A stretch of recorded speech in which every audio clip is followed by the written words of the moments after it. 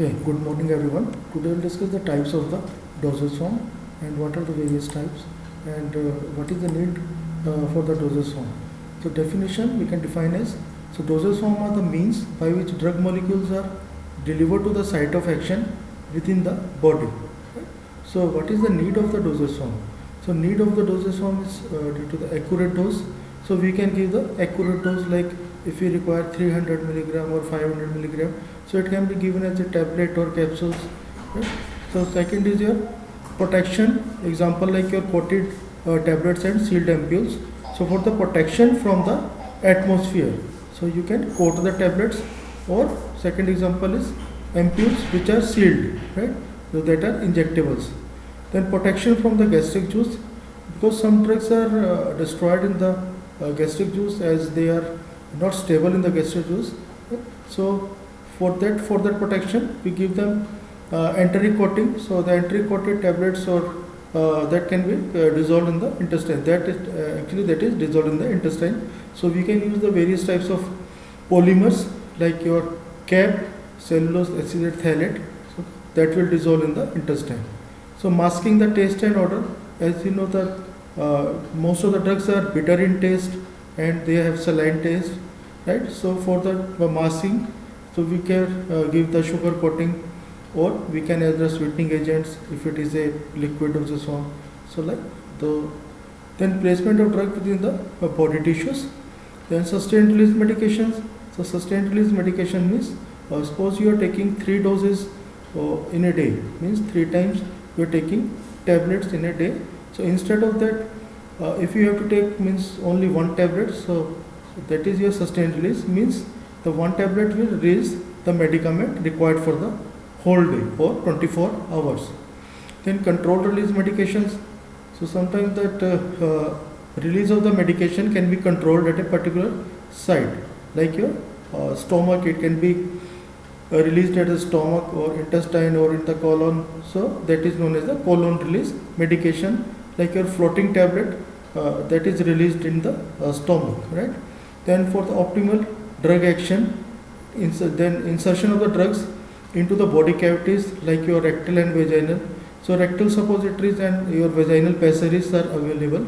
So that can be inserted into rectum and vaginal respectively. So use of the desired vehicle for the insoluble drugs.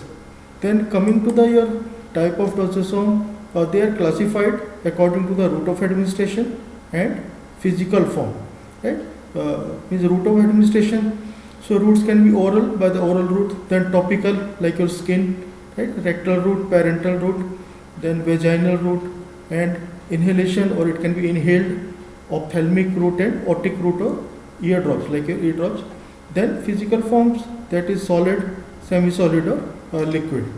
So coming first to the oral dosage form. So the commonly used oral dosage form is tablet.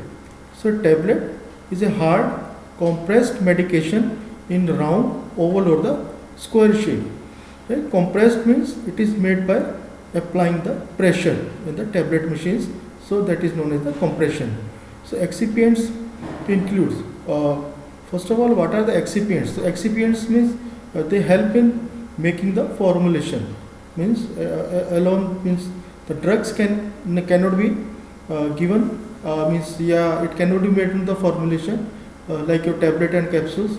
So alone drug we cannot use. So for that we need some adjuvants or additives. So that are known as the excipients. So like your binders, glidants, or binders normally, suppose you are making the tablets. For making the tablets, you have to convert the solid into the granules. For making the granules, you have to add the binders, like in the binding agent that will hold together, right? As a cohesive mass, then you can convert it into the granules by passing through the sieves. Then glidants like flow aids and lubricants. So while making a tablet, the granules will come from the hooper to the die. So for that, easy means there should not be any friction, and it should come easily to the die and uniformly. For that we use the glidants or flow aids and the lubricant to ensure the efficient tableting. Disintegrants to ensure that the tablet break up in the digestive tract, right? So it will help in the disintegration or the breakup of the tablet. So it is like your starch which swells and breaks the tablet. So sweeteners or the flavors to mask the taste of the bad tasting active ingredients. Then pigments to make the uncoated tablets very attractive. So we can use the various types of colors or pigments to make the tablet attractive. So this is your then a coating may be applied, right? So it may be coated. Tablets are normally they are coated. So it may be applied to hide the taste of the tablet's components, to make the tablet smoother and easier to swallow, and make it more resistant to the environment, right? And extended its shelf life. Shelf life is means total duration of the life, means it is the life period between the date of manufacturing and date of expiry. So that is known as the shelf life. Okay. Then coming to the buccal and sublingual tablet. So buccal sublingual routes means below the tongue. Sublingual and buccal medications are administered by placing them in the mouth, either under the tongue, that is known as the sublingual, or between the gum and the cheek, thus that is known as the buccal pouch. So the medication dissolve rapidly and are absorbed through the mucous membrane of the mouth, where they enter into the bloodstream. So normally it will get dissolved rapidly and it will be absorbed through the mucous membrane of the mouth. Okay, so they will directly enter into the bloodstream. They will bypass the liver, right? So avoid the acid and enzymatic environment of the stomach and the direct metabolism enzyme of the livers. So it will directly go into the blood, right? The examples of drug administered by these routes are your vasodilators, okay, then steroidal hormones, like your in the BP, your blood pressure, we use the Nicardia capsule, that is used by the your sublingual route. Then effervescent tablets. So common example is your Disprin, that is the effervescent tablets. Effervescence is nothing but a liberation of the carbon dioxide. So effervescent tablets are uncoated tablets that generally contain acid substance like your citric acid, tartaric acid, and carbonates or bicarbonates. Normally it contains the sodium bicarbonate, and which react rapidly in the presence of water by releasing the carbon dioxide. So naturally when the acid and bicarbonates react together, there will be release of carbon dioxide, right? So they are intended to be dissolved or dispersed in water before use, providing very rapid tablet dispersion and dissolution, then and pleasant tasting carbonated drink, right? So like your I told you that example is your Disprin. So that is having the rapid action. It is rapid tablet because the dissolution is very rapid, and the pleasant tasting carbonated drinks. So carbonated drinks are normally palatable, or they are pleasant in taste, right? So next coming to the chewable tablets. So they are the tablets that are chewed prior to the swallowing. So they are designed for the administration for the children. Example is your vitamin products. The common example of chewing tablet is your antacid tablets. You might have seen the Digene and all. So normally they are chewed before. Okay. Then coming to the oral dosage, there is next dosage form is the capsules. So as you see that capsules are available as the hard gelatin capsules and soft gelatin capsules, right? So capsule is a medication in gelatin container, right? Okay, so the capsules is the medication in a gelatin container. So it will advantages marks the unpleasant taste of its content. Okay, so you might have seen the two types of capsule. They are means very commonly used. That is hard gelatin capsules, which are normally used for the dry powdered ingredient. Like example, like your common example is your Bicosol capsules, right? And soft shelled capsules. So primary use for the oils and for the active ingredients that are dissolved or suspended in the oil. So like your 7C capsules, you can see that. So in that basic difference between hard gelatin or hard shell capsule and soft shell capsule is that the plasticizer, the amount of plasticizer is more in the soft shell capsule as compared to the hard shell capsules. And normally these hard shell capsules, they are divided into the two parts. Okay, so you might have seen that. So one body and one cap, right? So in the that is your soft shell capsules, they are hermetically sealed, right? Or they are sealed, they do not have any part. The next is the lozenges. So lozenges, it is a solid preparation consisting of sugar and gum. The latter giving strength, that means the gum giving the strength and cohesiveness to the lozenges and facilitate the slow release of the medicament. Right? It is used to medicate the mouth and throat for the slow administration of indigestion or the cough remedies. So the common example is a strepsils. Right?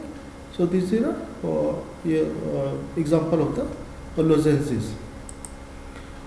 Then coming to the pasteurises, so they are the solid medicated preparation, so which are designed to dissolve slowly in the mouth, right? So they are softer than the lozenges, and their bases are either glycerol and gelatin or acacia and sugar, right? So next is your dental cones. So tablet form intended to be placed in the empty socket, that is following a tooth extraction, for preventing the local multiplication of pathogenic bacteria associated with the tooth extraction. So normally when you extract the tooth, so the tablets are placed in the socket for the prevention of the, or they act as an antimicrobial or antiseptic, right? The cone may contain an antibiotic or an antiseptic. Right?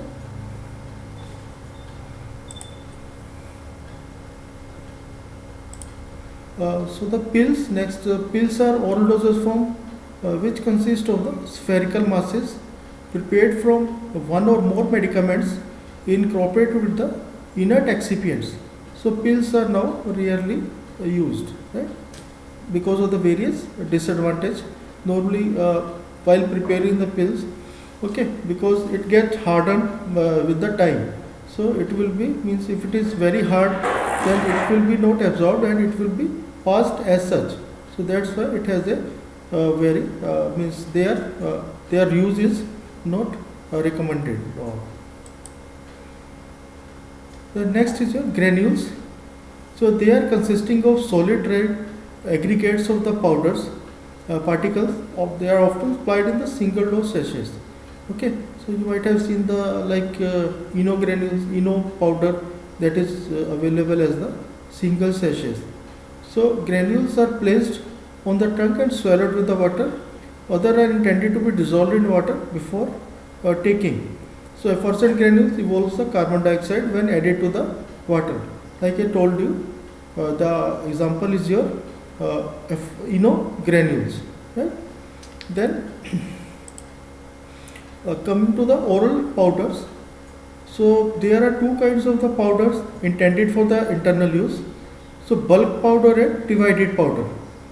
So bulk powders, these are the multi-dose preparation consisting of the solid, loose, dry particles of a varying degree of fineness. So they contain one or more active ingredients with or without the excipients, and if necessary coloring matter and flavoring substance.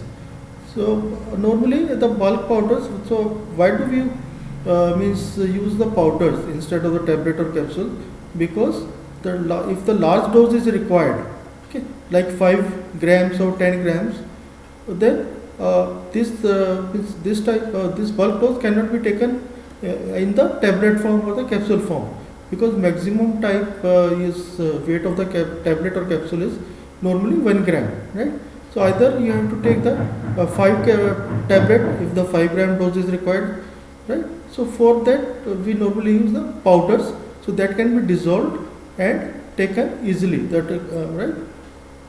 So usually they contain a non-potent medicaments. And potent and non-potent means potent medicaments in the aesthetics terms. If you call it that, but potent means if the dose is less than 1 grain or 65 milligram.